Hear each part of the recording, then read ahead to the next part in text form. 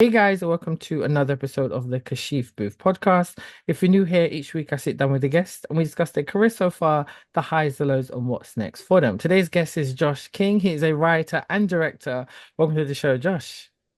Thanks for having me. It's great to be on the show. I Ah. have to say, I was very surprised when you messaged me asking me to be on, just purely there being like, yeah, first person who's ever asked me to be on a podcast. So thank you very much. Well, I'm happy to have you on the show. I mean, because you invited me to your screening of your feature film last year, These Days.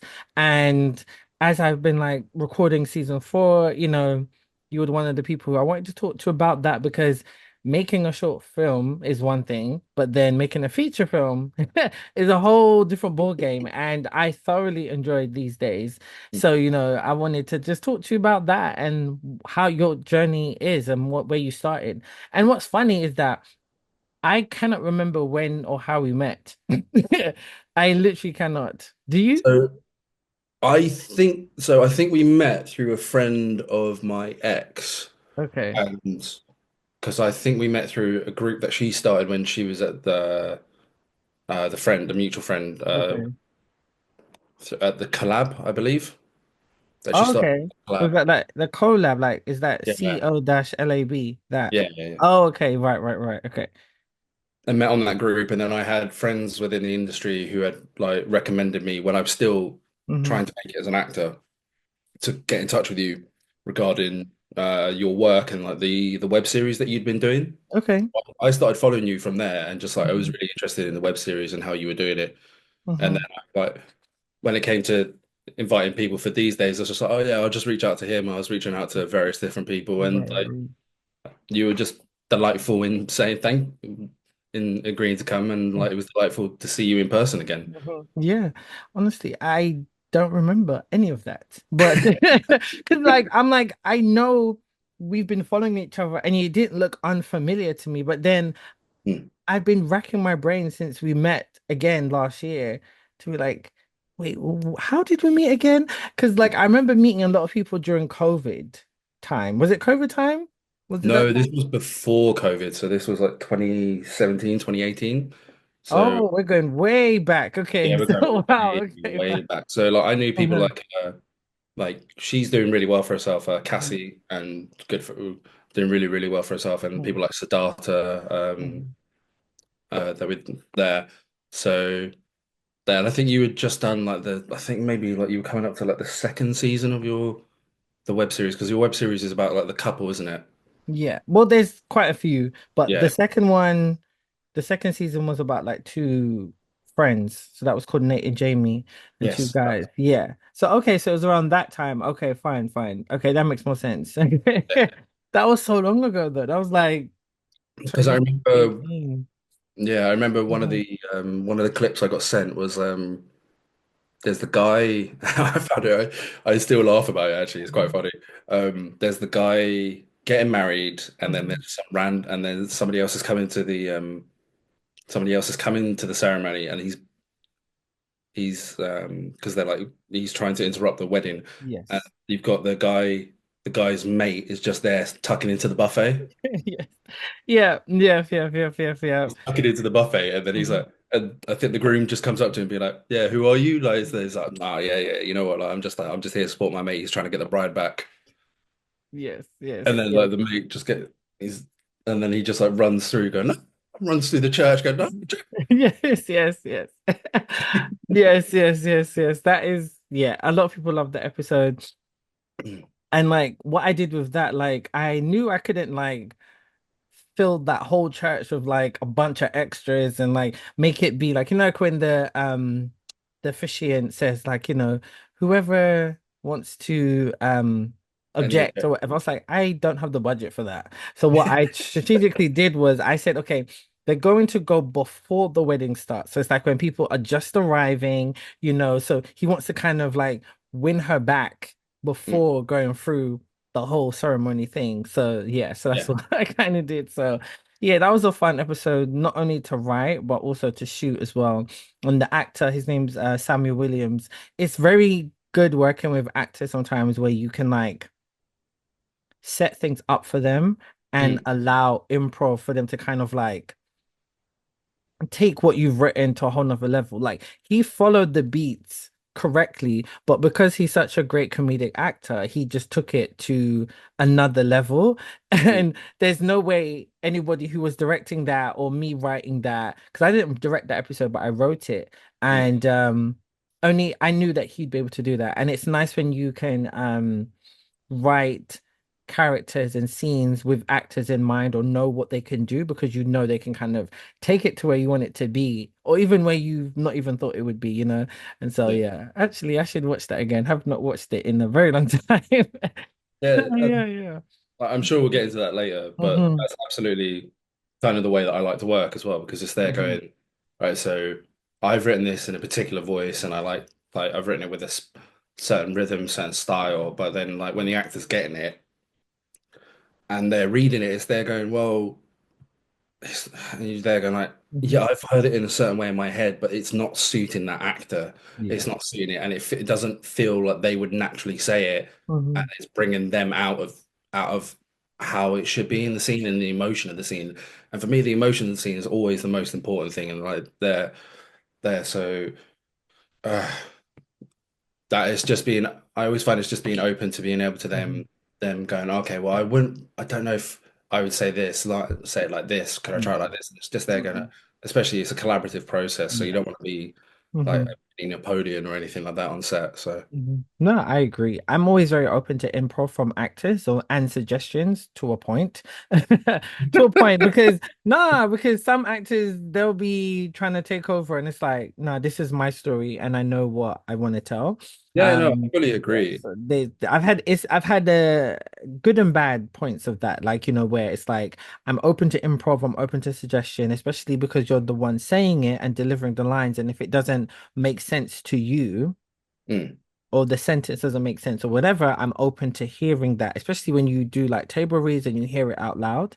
But then when people they want to take it in a whole different direction because of their own mm. vision, what's coming through, it's like, okay, slow down. Slow down. Yeah, and Yeah. I think so. I trained as an actor through like most of my life, and Mhm. I think where that comes from is the fact that like as an actor, you're kind of just looking at your one you're the single cog in the machine and you're looking at the cog that you are and going, well, how can I make this as good as possible so that Mhm. I work in there? So you're very focused inward onto the character itself and bringing the character out, Okay. right? And then whereas like from when you're a producer, a writer, or a director, you see the whole picture and you're there Mhm. going, well, no, no, no, no, no. Like I kind of you want to steer them in a certain direction without Okay. negating their creativity. Mhm. Mhm. That makes So, sense.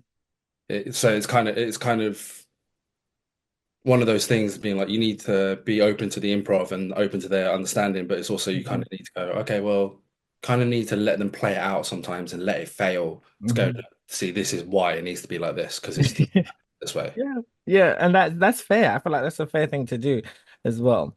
So you've touched on like how you started off as an actor. So what was like the transition from being an actor to now being a writer director? So, pardon the cough, sorry.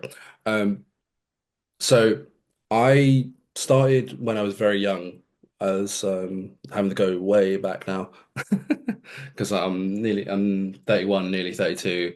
So the reason I actually got into the arts and everything was purely down to my parents, down to my mum. My mum put me. I've got an older brother who is brilliant at a lot of things, very, very good at a lot of academia, a lot of other things. And when I was little, I was a little shit, really, like needed like running. I was like a Springer Spaniel, just needed running about 20 hours a day.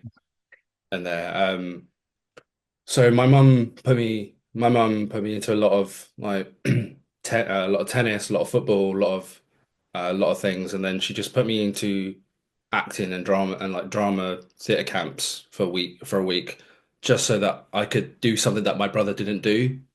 So we had different things, and my love of the theatre, my love of cinema and everything is from my mum, comes from there.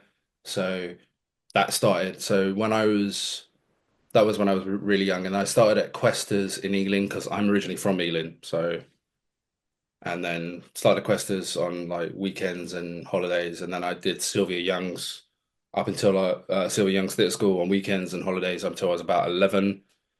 Had a little break, and then have family. I've had family friends who have worked in the industry, so I trained with an ITN cameraman when I was about 15, 16, doing work experience with him. And I did that for a couple of years. Again, odd weekends and holidays. And, like everyone else kind of gets like work experience with like working in an office or like Yeah. working local there. I was Mhm. very lucky. I didn't tell my school at the time that, oh yeah, so one of the days I went to I ended up going to Merthyr Tydfil, like my first experience of Wales. Mm. Went on a drugs raid, so like filming a drugs raid when I was like 15, wearing like Kevlar. Then Mhm. I did, I helped shoot a live. So for like people who don't know, broadcast news and everything, you've got film segments, you've got live segments. So I shot a live for the BA cabin crew strikes in like 2008. Mm, So wow. for ITV and NBC, which was really fun, but like really high pressure because you're there going like, right, is the lighting and everything okay? Mhm. Filmed an interview, helped set up an interview with Sherry Blair, which was really fun. She was lovely when I met her. I Mm. was 15, so uh, um, and I remember when I was in her house and then like just poked my I was just sat there waiting for the interview to start and I poked my head through. She had a meeting going on. I was like leaning through and she had a massive picture. She had this massive like classical film poster, and I was just obsessed with this classical film poster Mm. there. But there, so then I went to uni after that. I didn't study acting at uni. I studied English lit. So I'm better at history. I love English lit.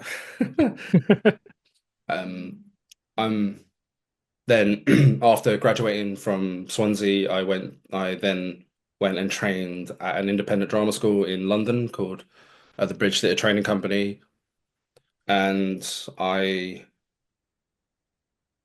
so I met my co-founder of Open the Vault Productions there, and we formed Open the Vault Productions so that we could have work when it wasn't coming in. And it came about because we went to see Hangmen by Martin McDonagh on the West End, and we just waited outside to meet Neil Morrissey. Mhm. Is it Morrissey? Not Morrissey. He's the guy who plays the governor in The Walking Dead. Oh, I know who you mean. I'm terrible with names, Yeah, yeah, yeah. but I I know who can't. you I mean. the name just escapes me. But Yeah. we waited outside just to like talk to him and get some advice as actors, going like, how do we get into the industry, and what would you recommend? And he was like, just make your own stuff, and like, don't sit around waiting, make your own stuff. So, and then it came from there, and and then we just started making it. And we made a short film in 2017 called Everyone Welcome, which was like Reservoir Dogs meets 28 Days Later. Okay. It's just set in post-apocalyptic London, but it's set in a room with just two people talking for the majority of it. Obviously, because we've got no budget, we got there, so you're having to work around what you've got. And I, I wrote I wrote the script based on an idea that a friend of mine who was in the film with me had, and then we then did that, and I just enjoyed it much more than acting, and that just became even more apparent when we did a theatre show. Oh, we did another theatre show after that called Richard II, Mhm. the Shakespeare play. We did an adaptation of that, The Bread and Roses, and I played Richard and was juggling I was juggling lots of hats at the time and doing like producing it and acting in it. So working on that, and I just found myself to just enjoy the behind the scenes much, much more.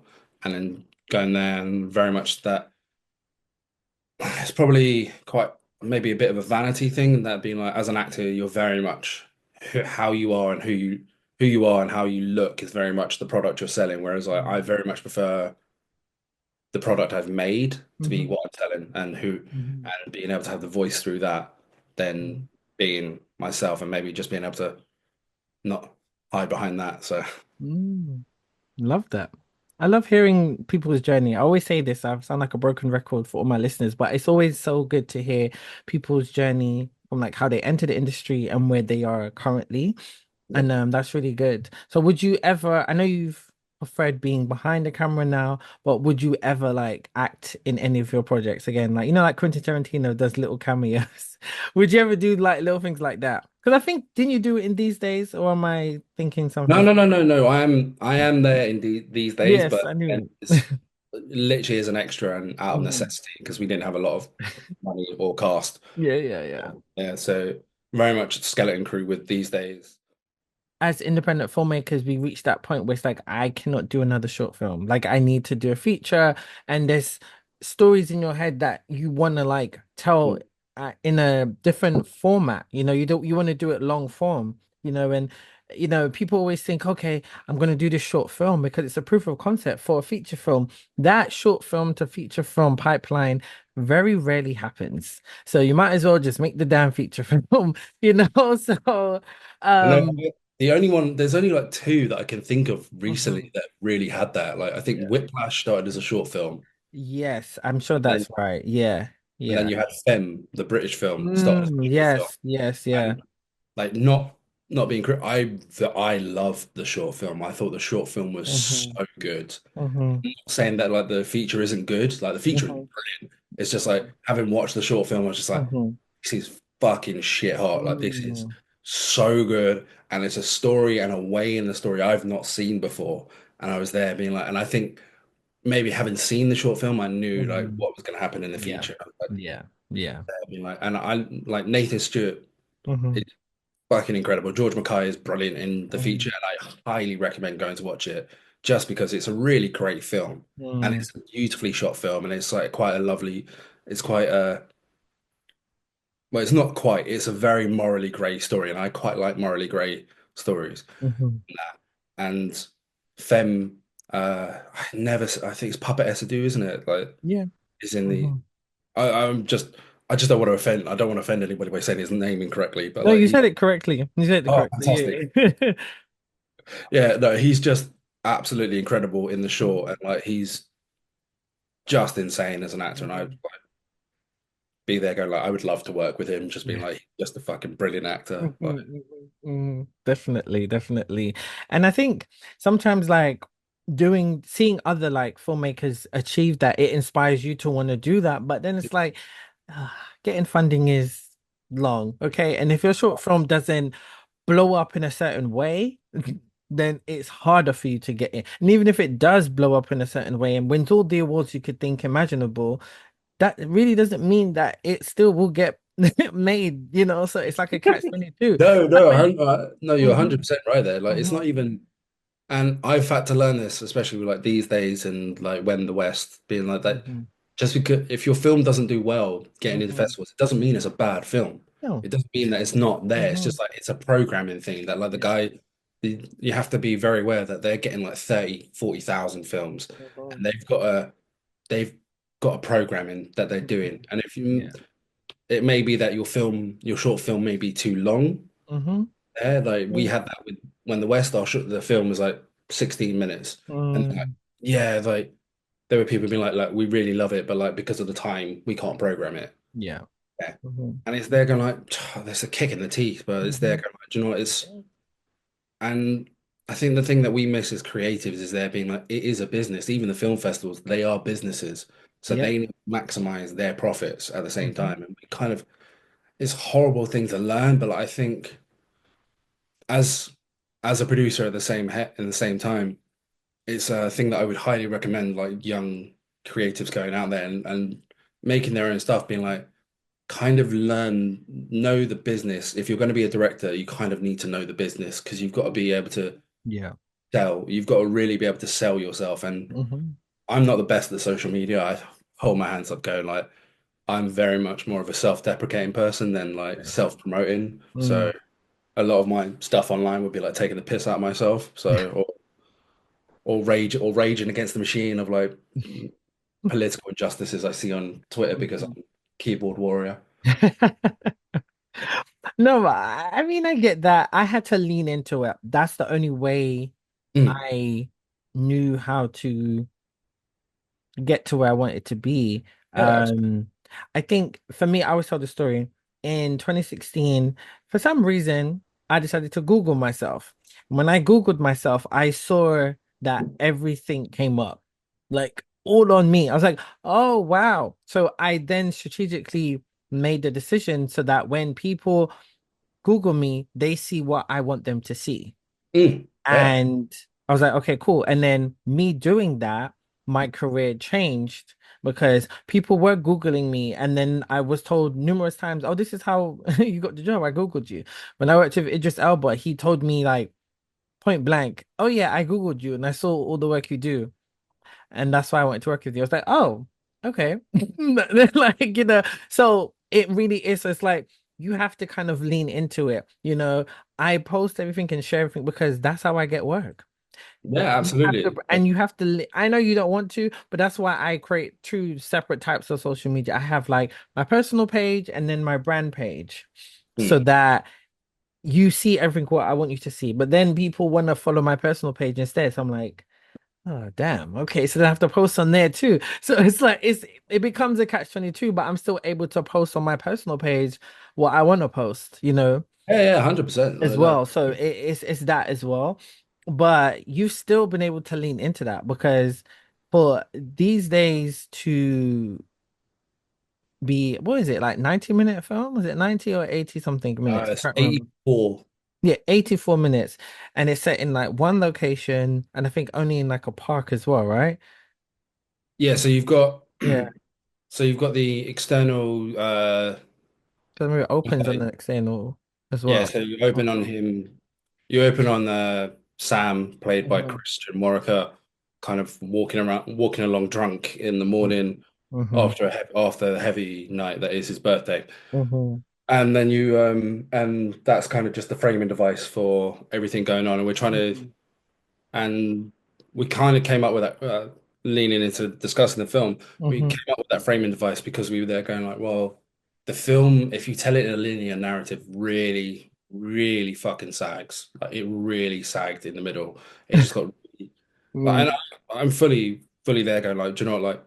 I like, I had always intended it to go okay as Mm-hmm. like a linear narrative, and I was just there like editing it, going, why am I telling this? It's kind of boring if you tell it in a linear narrative. Like if I take and then the post-production supervisor actually Mm-hmm. is there kind of like, is there any other way that you would want to tell this? And I've been thinking in my head for ages, Mm-hmm. going and speaking with the lead actor, going who is quite a confidant when it comes to things, and I like sounding board, Mm-hmm. especially with the film because Yeah.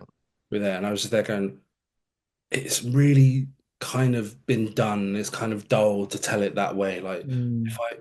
I'm wondering what would happen if I like move scenes around and then just work Mm-hmm. with it and go.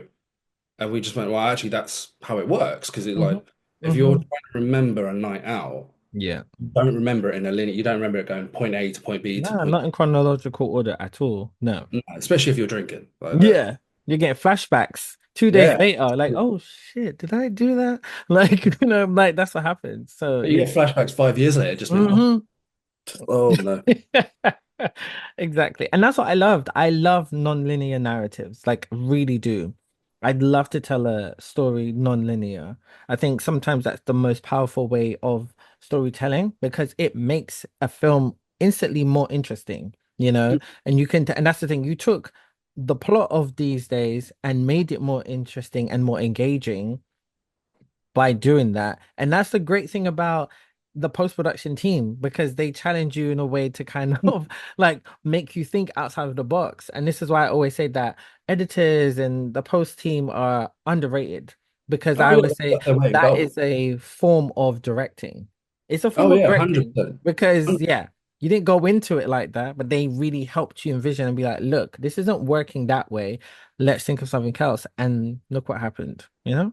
Yeah, absolutely. And I think as well, like having an editor that you trust and that you work with, there can be open dialogue and being like, look, Yeah. it Hmm. doesn't work like this. But it's also being like that you've got to really go and lean into the phrase of kill your darlings. You've got to kill your Mm. darlings at times. And there are bits that Yeah. like there's the scene between these days that's between Sam. Sorry, this is where it gets confusing because there was the Sam character and then two Sams on set. So I remember this when I met them. Yes, Yeah, that they're like was a white Sam and a black Sam or something like that. yeah, Yes, yeah, yes, yes. yeah. And no, so there's the scene between Lee and Ella, the Mhm, characters, where Lee's moping in the corner and Ella's just being like, look, come on, like this is mhm, ridiculous. They're being like that. And the scene is beautiful and the way they acted it was even the I'm not trying to big myself up, but like it's mhm, beautiful because of the way they acted it, not because of the way mhm. it's written. Like Yeah.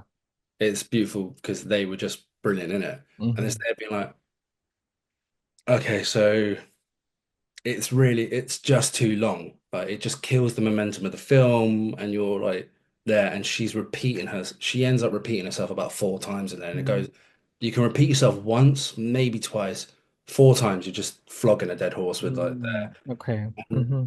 You would do that in normal life, but like what happens on screen you can't do, and it's just there going like Jazz absolutely the actress Hmm. Raymond, she absolutely killed the scene and just fucking brilliant in it. But it just absolutely was taking it just Hmm. silly. I mean, these days had a troubled production and talking. We can talk about that Hmm. if you want. Like there. So we filmed. I finally cracked it in being able to write it on in 2021 Hmm. like because it was set in a pub originally, and then like we go to like their different houses and be like that. And I was Okay. thinking, I was like, it doesn't work because if you're at a pub and someone turns up you don't want to spend time with, you can walk, you can leave, Hmm. and there's no tension there, and it's there going like Hmm. it's kind of that old hat of being like, oh yeah, no, I invited so and so, and they're there like that. Yeah, yeah, yeah. You can just leave. Yeah. Absolutely, you Yeah. can down your drink, have a fag, and leave. Like, but it's there being like, there was like, I was just laying in bed and. There, I was like, and the house I lived in at the time just had these beautiful sight lines just through there that you could see from the. It's not the house. It's not the flat that we filmed in, by the way. Hmm. The house I lived in was a house share, and you could see from the front door all the way through to the back and to the back garden, and it was just beautiful. I was just there going, I'd love to film something through there where somebody's just like seeing someone do something, and I was like, holy shit, that's the film. I was like, Mm. that's the story, and that like.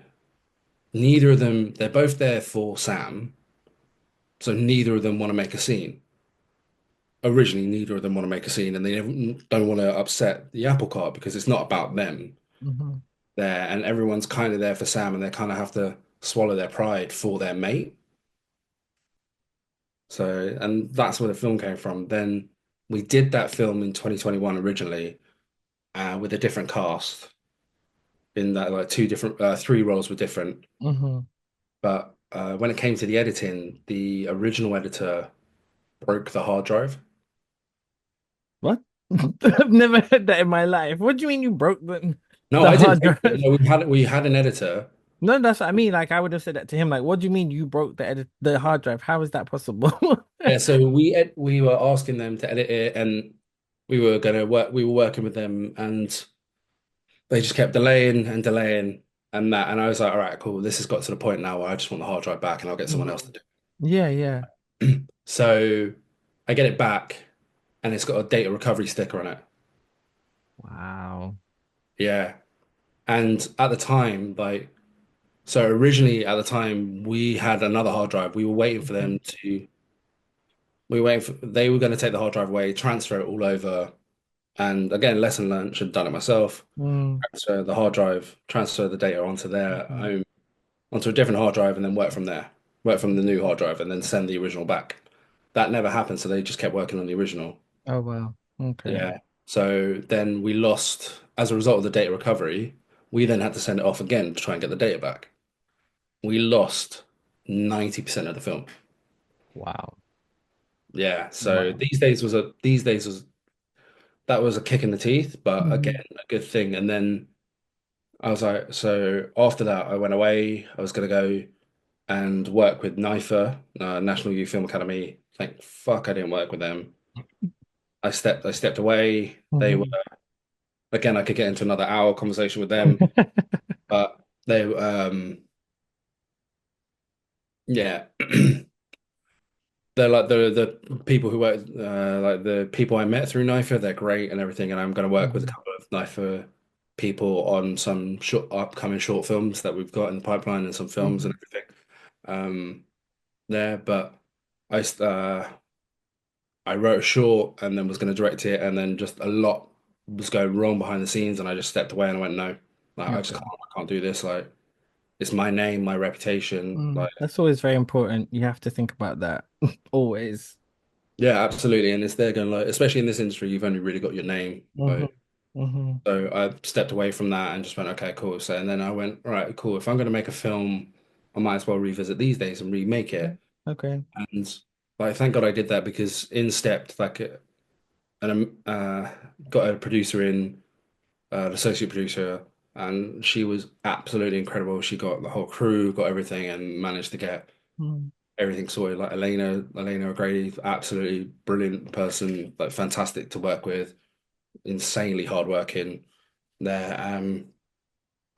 And yeah, so then she like really helped get these days off the ground. Like she like helped get it to where it was, where you saw it, and then we we were gonna go film it. We were like we staggered the filming, so we were doing the out. It was originally gonna be like the outdoors arguments. We filmed those on separate on different weekends leading up to the first week of January, and we filmed the majority of the film for these days in 7 days. So we did Oh, like, that's pretty about good. yeah, about 70 minutes worth of the film is filmed within Mhm. about 7 days. So And because it's set predominantly in the flat, it's easier. When you have one location, it's yeah, fine. And you had a lot of moving pieces to it as well, and a lot of bodies as well. So I can understand that.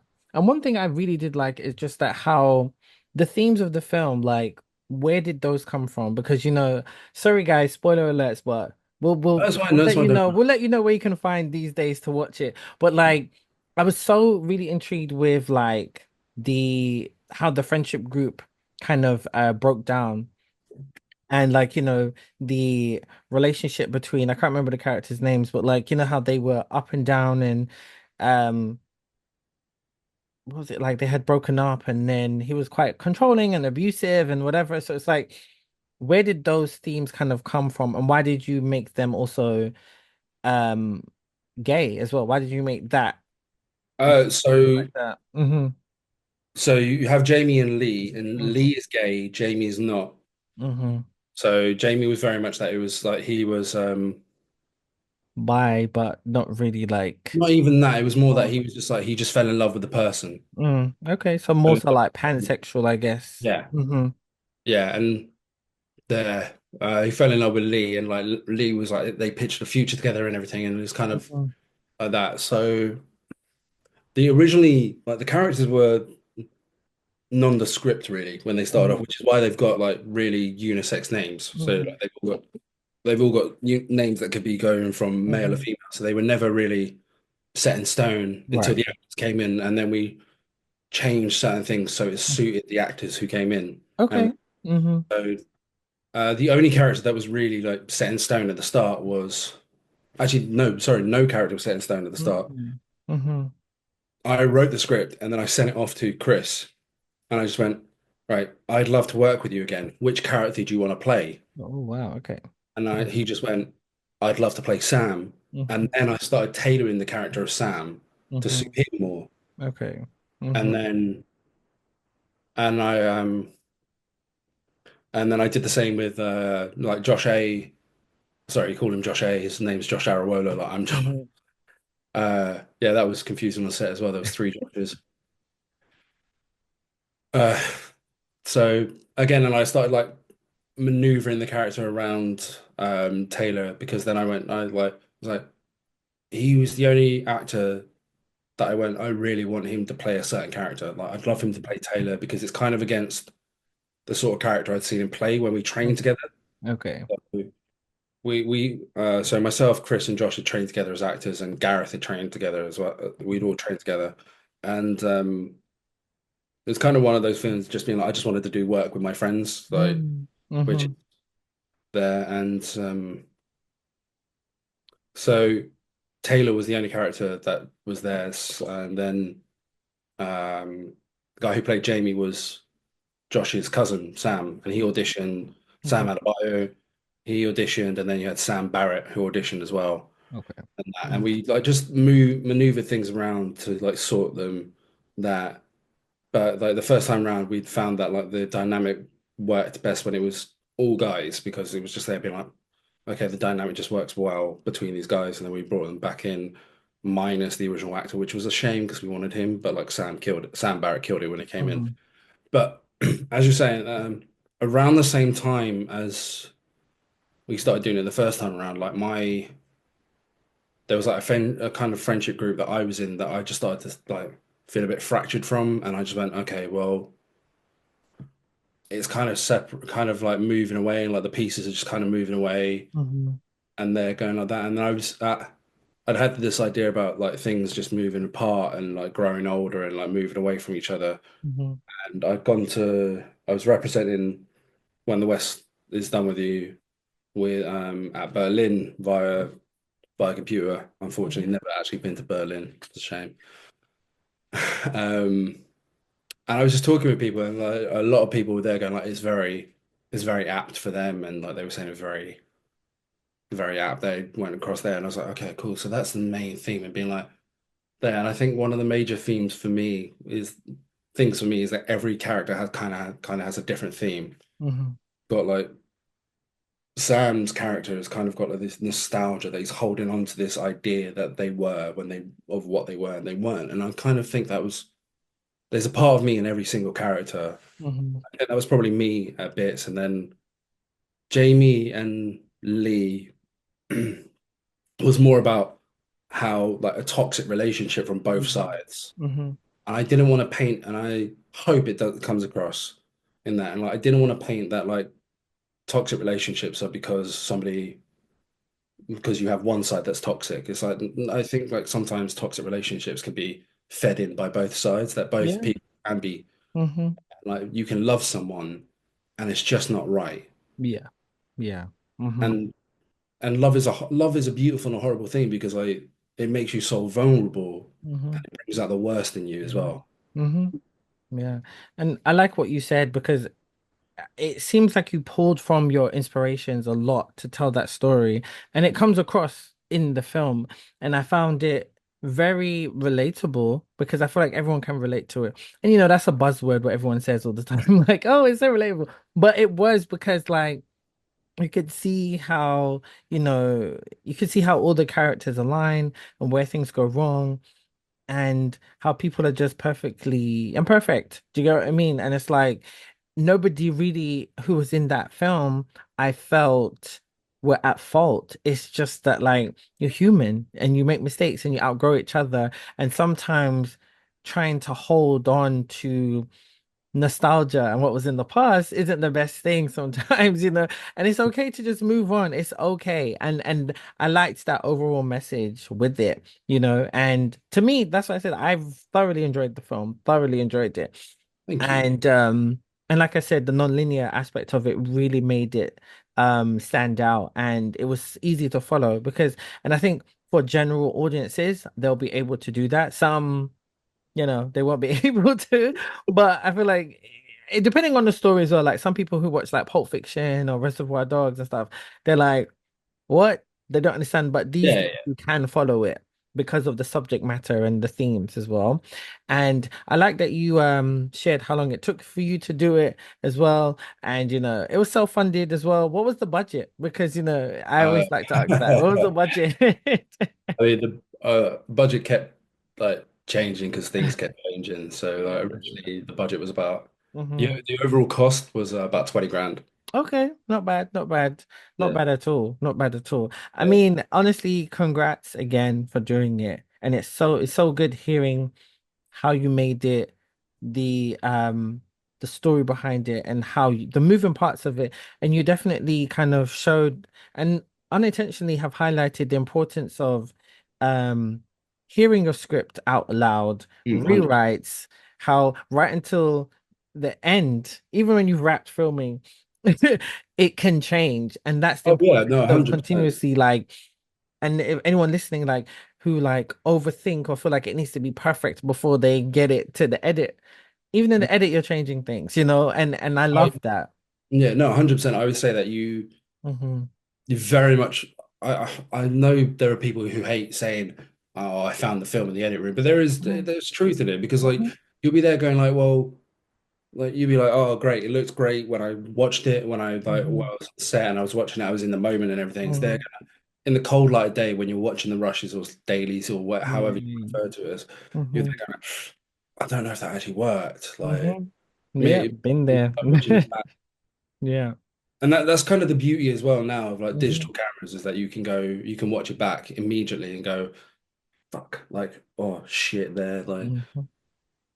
yes, this doesn't work, that doesn't work. We've got to go back and there or like refilm it. Yeah. Hmm. And that's the beauty. Like we live in a great time in that like it's never been easier to make anything. Yeah. The I downside is it's never been harder to get paid, but Exactly. It's a catch-22 Mhm. situation, but that's so true. So where can people find these days? Like where can they watch it? So it's on Vimeo at the moment, Hmm. and it was doing a festival run, but it's finished its festival run because Okay. obviously, if you film something in 2020, if you finish something in 2023, Mhm. you've got a short window to do Yeah, it. you got like a year, and that Yeah, depends you've on got like like how yeah, many you even get into, you know? So yeah. yeah, absolutely. So it will be I'll release it to the public Hmm. in the next week because it's Oh, actually amazing. gone past there. So Hmm. yeah, Okay. I can send the link if you want to like send it on. Oh yeah, that would be good. I'd love to watch it again as well. It's been like it was over a year ago. So Yeah, yeah. And yeah. like we've and unfortunately when you watch it, I think there was a sound issue as well when we had it. Mm, okay. So like the sound's been corrected Good. since. Good. Okay, good.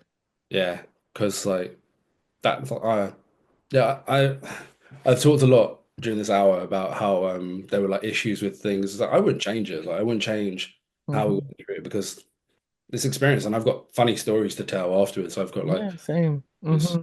there and I'm sure you're the same and like I'm sorry Hmm. I haven't asked you a lot about the your stuff and No, don't. This is about you. I wanted to talk to you and find out about your journey. So don't apologize at all.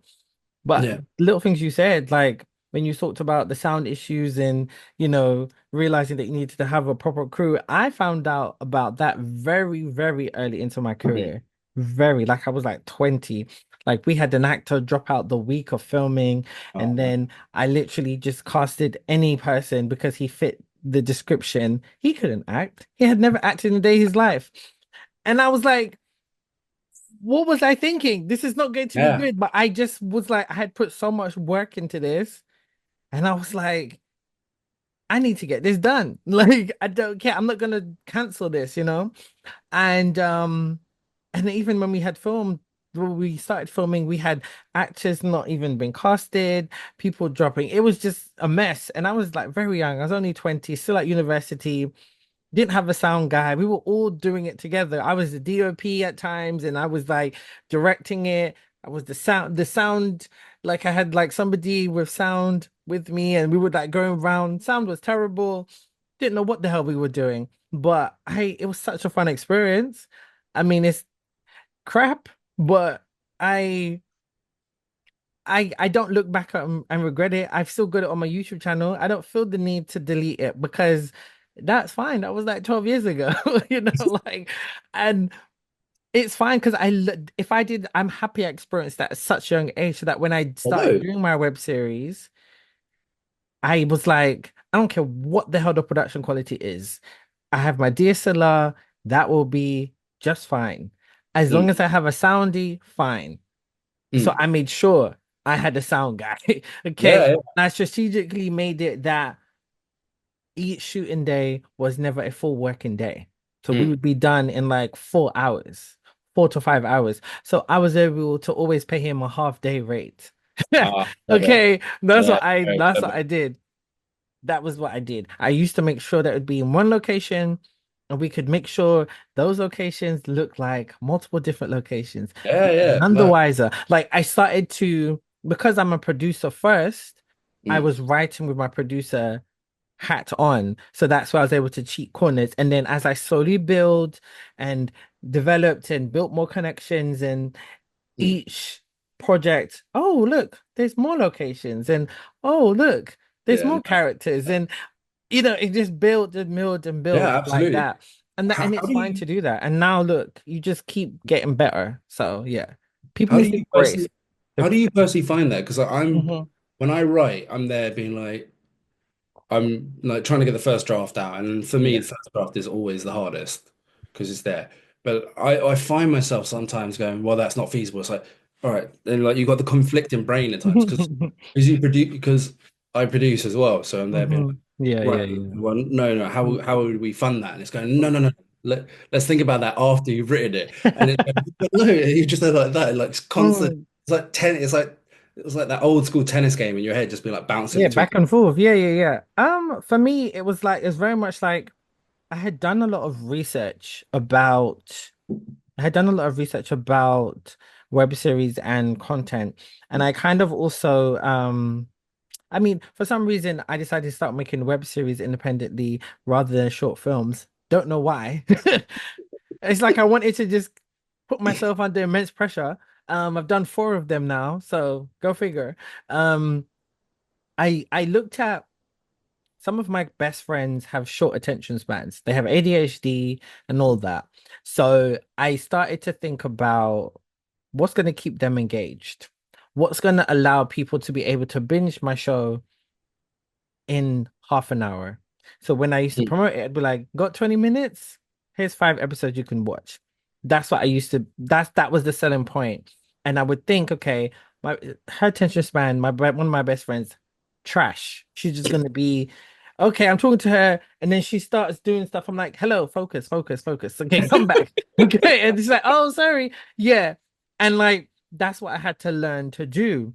mm, And so when it came to, because Nate and Jamie was like the main one that I was really pushing for. So it's like I used to set up the stake of the character very easily. The conflict was like the punchline of the joke, and mm, then the ending was like the resolution. And I was able to get that in like few beats.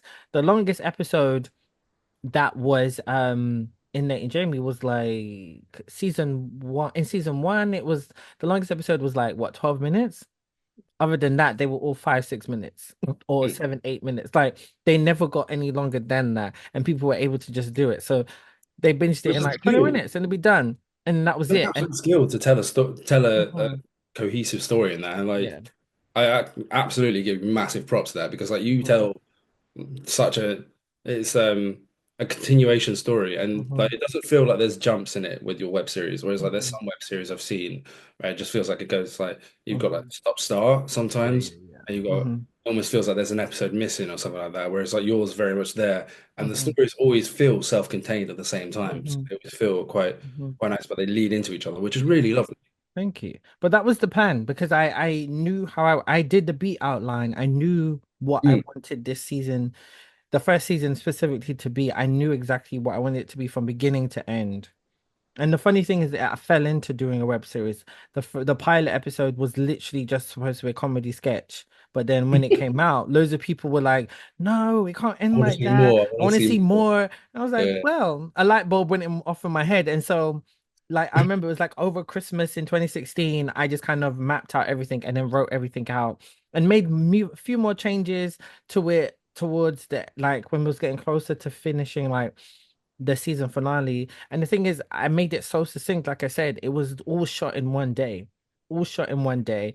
The last episode of season one, that's where I forgot who I was again because I wrote this whole huge speed dating event and then they were like, I did a 12-hour day. I was like, where am I getting this money from? But I was able to find a good deal at a hotel and I shot in like this conference room and we shot everything there. It was out in the hallway doing scenes. And because I set it in an event, it made it Yeah. easier to do. And so and then little intro scenes that I had like, oh, in a coffee shop. I was like, okay, let's just put some backdrop here, this horrible blue backdrop in one of the episodes, just to make it look like something different, and then it was all set there and that was it.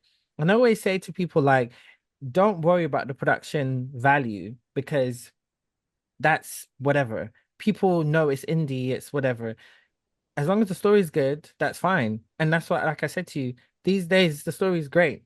You could easily remake that. Easily. You can even make it into a play. There's so many ways that you could like.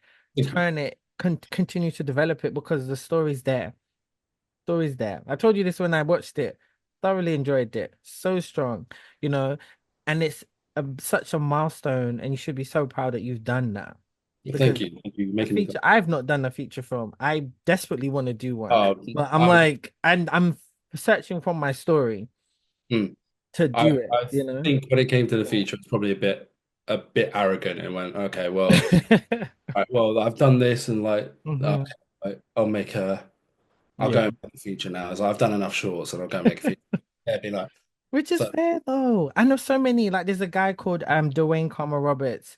He's based in Birmingham. He's done two feature films independently, and he's had massive, especially his last one, I think it was called Navy. He's had massive success with that. Won international awards. Like he's done so well, you know. And I get it. You just reach that point where you really want to tell a long form story, you know, yeah. long form. And I And think, yeah. sorry, go on, no, No, no, no. interrupt. Yeah. So that's it really. So yeah.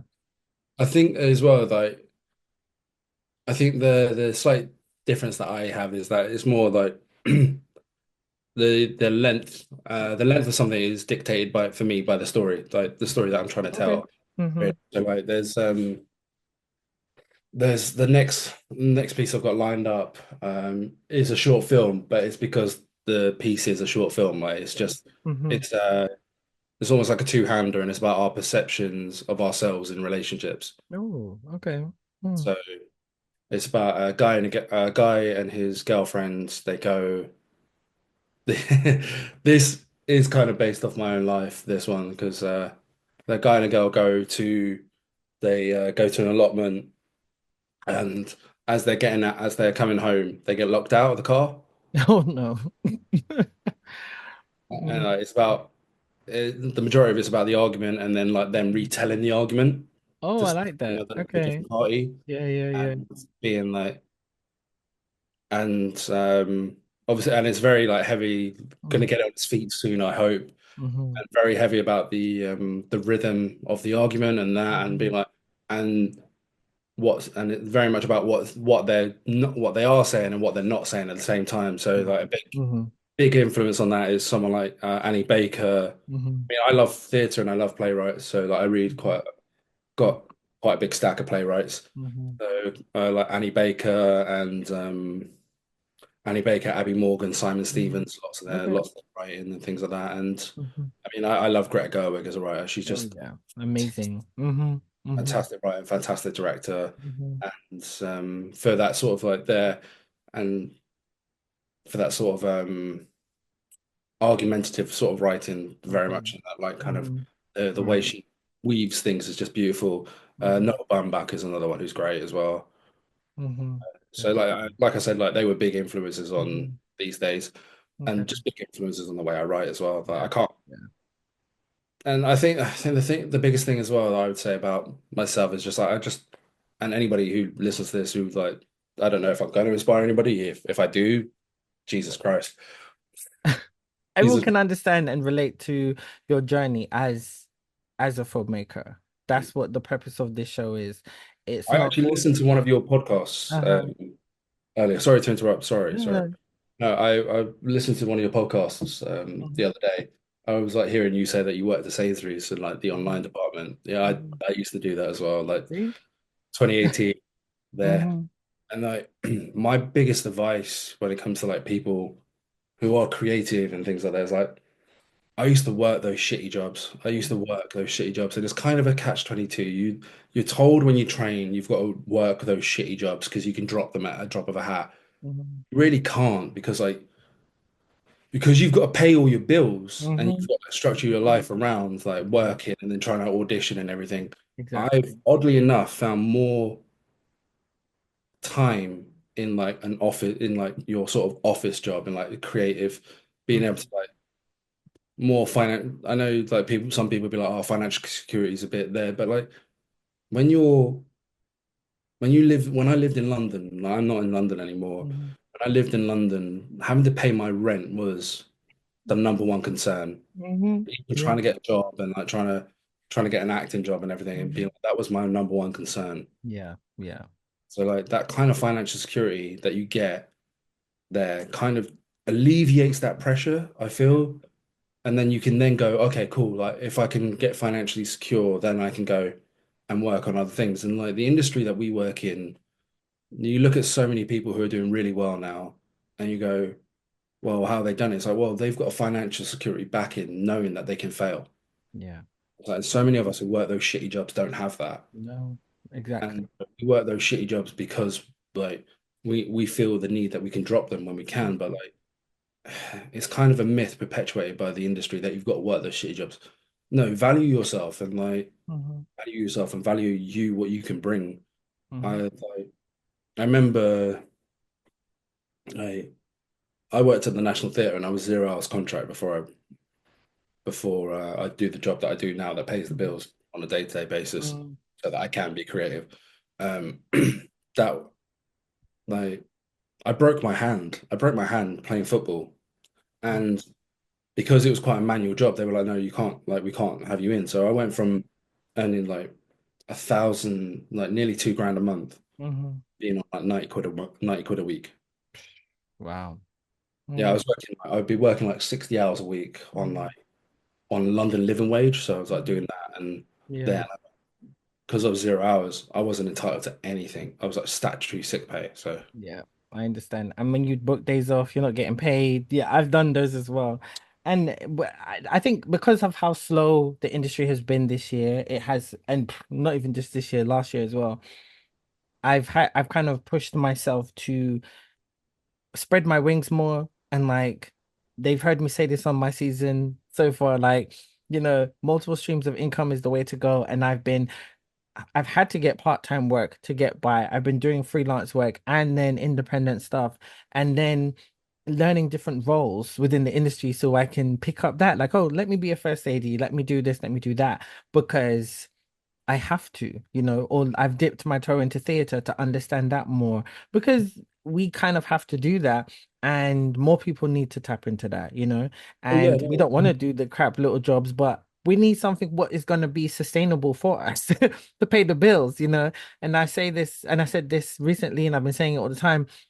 Us as people still need to live our lives. We can't just like sacrifice our whole lives for our creative career and miss out on normal things like everybody else, because the industry is so shaky anyway.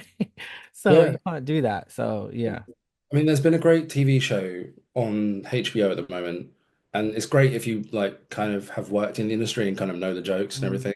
So it's mhm. The Franchise on HBO. Okay. I've not watched it, but okay. Yeah, and it's kind of like it's about they're on it's a satirical show by Sam Mendes and the guy who wrote what is it? The Death of Stalin and The Thick of It, Mm-hmm. and can never remember how to pronounce his name. There. Hmm. But so it's a satirical look at like franchise films and Hollywood films and Marvel films. I mean, I grew up a nerd. I grew up a comic book nerd. I Hmm. love Spider-Man, love Batman. Like I think one of the first comics I ever got was an X-Men comic. Okay. Like, and I love those films and there, but like I very much agree with that they shouldn't be the only films in cinemas. But that's my viewpoint on it. Hmm. But they Yeah, so the TV show is quite satirical look and look the crew behind those sorts of things, and you've got the main guy played by I think he's the guy from Yesterday. He's the main actor in Yesterday. Oh, okay. Right. Hmm. I think I can't remember his I know name. he was in EastEnders. I know who you mean. Yeah. Yeah. Um, Mhm. so and he's struggling with trying to balance his life as a dad Mhm. and like seeing his kid and working. And we know what film shoots are like. They're really Yeah. especially like big budget film shoots. And it's there being like, I look at it now being like, I'm so grateful I've kind of had the year I've had because I've been able to spend it with my son. Like, I'll never get that time back. It would Mhm. never be that age again. Yeah. So Yeah. there, and it's there being like, I'm saying to friends of mine who are in the industry, like, enjoy, like, don't discard those relationships, enjoy those Mhm. relationships because they won't be there if you don't support them. Yeah. Exactly. Exactly. So, Exactly. and again, like, I know it kind of feeds into these days, and like these days, I would say a big thing of these days as well is that like they don't like relationships are like plants. You got to feed them. You can't let Yeah, them die because if you don't, totally if you let them agree. wither and die, Hmm. like if you don't interact with the person or reach out, or there's always one person who like reaches out more. Hmm. But Yeah, if it's exactly. that, and like so what? So what if somebody Mhm. like they're being like someone maintains that relationship and it's being like it's worth if the relationship's as good as you think it is, it's worth maintaining. I agree. 100%, 100%. Well, Josh, we've run out of time. We got lost in the conversation. It's like, wow, Yeah, look at the I time. mean, well, Yes. it's great to talk to you and like Honestly, it was. It's been great catching up as well and just hearing your journey and all the intricacies of what happened with these days. So where can people find you to like stay updated on your work and when yeah, they can see so these days and stuff? I'm on Insta as let me double check this. I'm not used Yeah. to very I'm on Insta as Joshua King 93. There, that's my private one. So I'll double check who comes and follows it. But then also like the the other one is Open the Vault Productions, so OTV Productions, and that's how you can follow me there. So I need to update that really there. Might drop some content in the next couple of days. Mhm. So I Amazing. just love to say thank you for having me on. Mhm. I know I can ramble and a bit of tangent every so often, so Mhm. No, I'm happy to have you on. It was so, like I said, so good hearing more about your journey and how it came to be these days. And like I said, anybody who does a feature film is like high on my list, especially doing it independently because I know how difficult it is just to do a web series or a short film. So to do a whole feature film, yeah, it struggles. So thanks again for being on the show. And thanks guys for listening. You can follow me all on my user socials. You know them. There's a bunch of them. And stay tuned for new episodes coming soon.